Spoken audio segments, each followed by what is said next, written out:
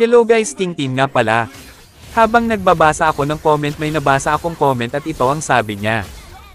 Comment ako sa'yo tuwing may live ka at nakikita mo pa ang mga comment ko. Wala di ka naman namimigay. Putang nga ka, wag ka na mag-content alal ka. Bakit kita bibigyan kung hindi ka marunong mag-ante? Real talk lang guys, bakit nagsisilabasan kayo pag giveaway?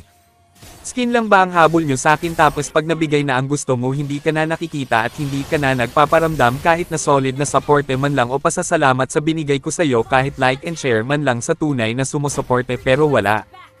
Pagkatapos mabigay ang gusto unfollow tapos hindi na magpaparamdam. Ganyan kayo di ba pag nabigay na ang gusto bigla na lang maniiwan. Hindi ko naman nilalahat guys pero karamihan ganyan kaya kaming mga content creator bakit kami pumipili ng bibigyan namin kasi pinipili namin ang deserving makatanggap talaga sa amin. Hindi naman kasi madaling kitain ang diamond namin hindi naman hinihingi yan. Pinagpupuyatan at pinaghihirapan namin yan akala nyo ba madali lang kumita ng diamond at saka porkit madami kaming diamond kaya na namin kayong bigyan ng skin na gusto nyo.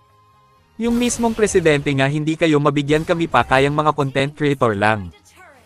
Kami yung diamond kinikita namin yan kaya ting humingi kayo wag naman kayong umasta na feeling may pinatabo.